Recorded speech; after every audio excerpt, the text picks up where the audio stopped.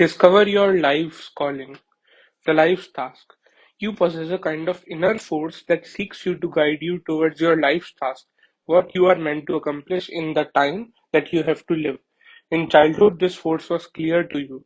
It directed you towards activities and subjects that fit your natural inclinations, that sparked a curiosity that was deep and primal. In the intervening years, the force tends to fade in and out as you listen more to parents and peers, to the daily anxieties that wear away at you. This can be the source of your unhappiness, your lack of connection to who you are and what makes you unique. The first move towards mastery is always inwards, learning who you really are and reconnecting with that innate force. Knowing it with clarity, you will find your way to the proper career path and everything else will fall into place. It is never too late to start this process. The hidden force. Towards the end of April 1519, after months of illness, the artist Leonardo da Vinci felt certain that his death was only a few days away. For the past 2 years, Leonardo had been living in Chateau of Clocks in France, the personal guest of French King Francois I. The king had showered him with money and honors, considering him the living embodiment of Italian Renaissance, which he had wanted to import to France. Leonardo had been most useful to King, advising him on all kinds of important matters. But now, at the age of 67, his life was about to end and his thoughts turned towards other things. He made out his will, received the Holy Sacrament in church, and then returned to his bed, waiting for the end to come. As he lay there, several of his friends, including the king, visited him. They noticed that Leonardo was in a particularly reflective mood. He was not someone who usually liked to talk about himself, but now he shared memories from his childhood and youth, dwelling on the strange and improbable course of his life. Leonardo had always had a strong sense of fate, and for years he had been haunted by one particular question. Is there some kind of force from within that makes all living things grow and transform themselves? If such a force in nature existed, he wanted to discover it, and he looked for signs of it in everything he examined. It was an obsession. Now, in his final hours, after his friends had left him alone, Leonardo would have almost certainly applied this question in some form or another to the riddle of his own life, searching for signs of a force or fate that had brought about his own development and guided him to the present. Leonardo would have begun such a search by first thinking back to his childhood in the village of Vinci, some 20 miles outside Florence. His father, Sir Piero da Vinci, was a notary and staunch member of powerful bourgeoisie. Since Leonardo had been born out of wedlock, he was barred from attending the university or practicing any of the noble professions. His schooling therefore was minimal, and so as a child Leonardo was left mostly to himself. He liked most of all to wander through the olive groves around Vinci or to follow a particular path that led to much different part of the landscape. Dense forest full of wild boar, waterfalls cascading over fast-moving streams, swans gliding through pools, strange windflowers growing out of the side of cliffs. The intense variety of life in these forests enthralled him. One day, sneaking into his father's office, he grabbed some sheets of a paper, a rather rare commodity in those days, but as a notary his father had a large supply. He took the sheets on his walk into the forest, and sitting upon a rock he began to sketch the various sights around him. He kept returning day after day to do more of the same. Even when the weather was bad, he would sit under some kind of shelter and sketch. He had no teachers, no paintings to look at. He did everything by eye, with nature as the model. He noticed that in drawing things, he had to observe them much more closely and catch the details that made them come to life. Once he sketched a white iris, and in observing it so closely, he was struck by its peculiar shape. The iris begins as a seed and then it proceeds through various stages, all of which he had drawn over the past few years. What makes this plant develop through its stages and culminate in this magnificent flower, so unlike any other? Perhaps it possesses a force that pushes it throughout these various transformations. He would wonder about the metamorphosis of flowers for years to come. Alone on his deathbed, Leonardo would have thought back to his earliest years as an apprentice in the studio of Florentine artist Andrea del Verrocchio. He had been admitted there at the age of 14 because of the remarkable quality of his drawings. Verrocchio instructed his apprentices in all the sciences that were necessary to produce the work of his studio: engineering, mechanics, chemistry, and metallurgy.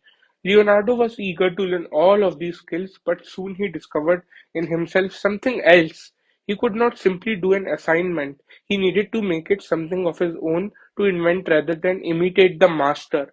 One time, as a part of his studio work, he was asked to paint an angel in a large biblical sense designed by Verrocchio. He had decided that he would make his portion of the scene come to life in his own way.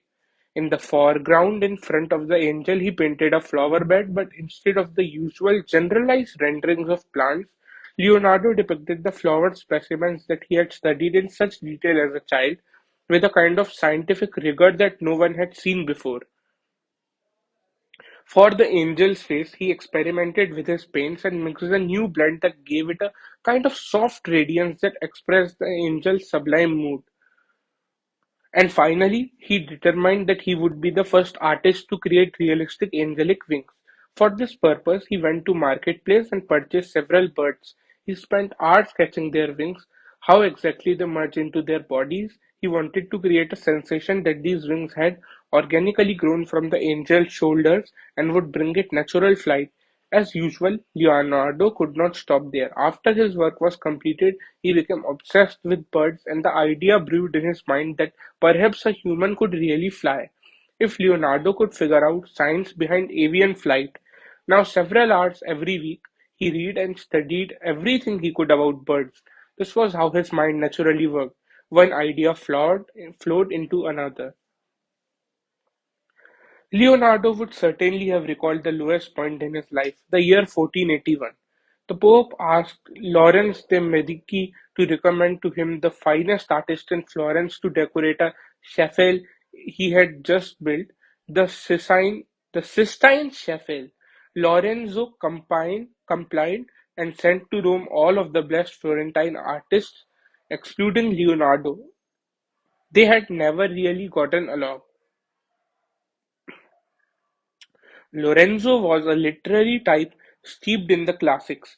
Leonardo could not read Latin and had a little knowledge of the ancients. He had a more scientific bent to his nature, but at the root of Leonardo's bitterness at this snub was something else. He had come to hate the dependence forced upon artists to gain royal favor, to live from commission to commission. He had grown tired of Florence and court politics that reigned there.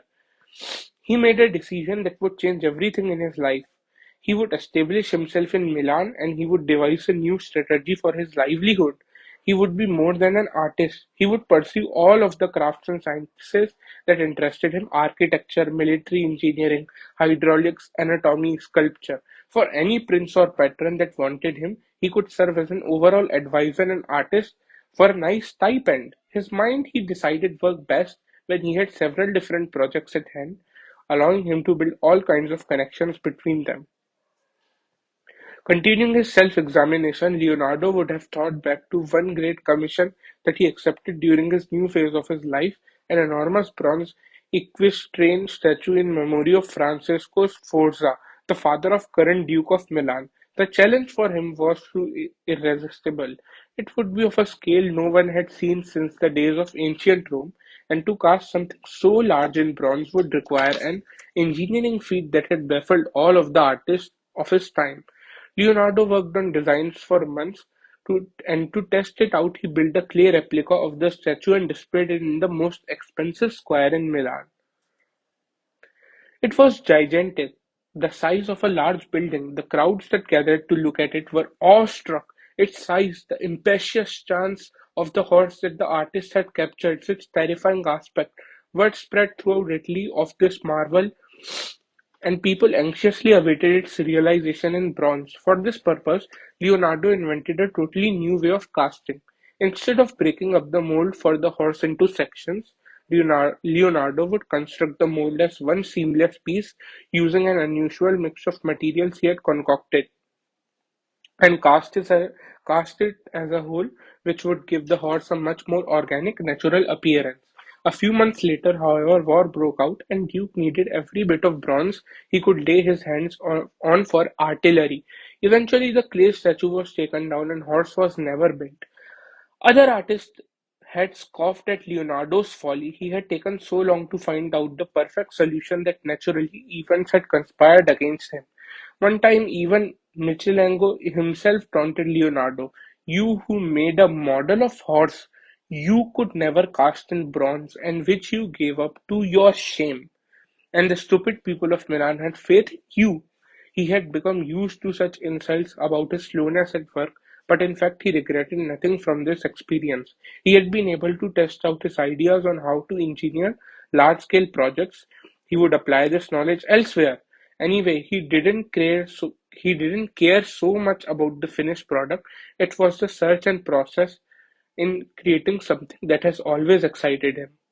Reflecting on his life in this way, he would have clearly detected the workings of some kind of hidden force within him. As a child, this force had drawn him to the wildest parts of the landscape where he could observe the most intense and dramatic variety of life.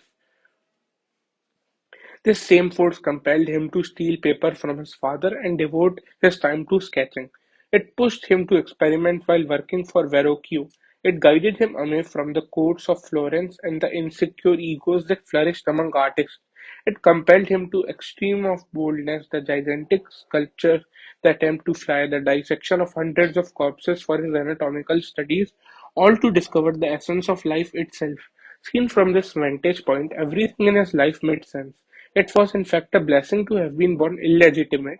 It allowed him to develop in his own way. Even the paper in his house seemed to indicate some kind of destiny. What if he had rebelled against this force? What if after the Sistine Chapel rejection, he had insisted on going to Rome with the others and forced his way into the Pope's good graces instead of seeking his own path? He was capable of that. What if he had devoted himself to mostly painting in order to make a good living? What if he had been more like the others, finishing his works as fast as possible? He would have done well, but he would have not been Leonardo da Vinci. His life would have lacked the purpose that it had, and inevitably things would have gone wrong. This hidden force within him, like that within the iris he had sketched so many years before, had led to the full flowering of his capabilities. He had faithfully he had faithfully followed its guidance to the very end, and having completed his course, now it is time to die. Perhaps in his own words, written years before in his notebook, would have come back to him in such a moment. Just as well filled day brings blessed sleep, so a well employed life brings a blessed death.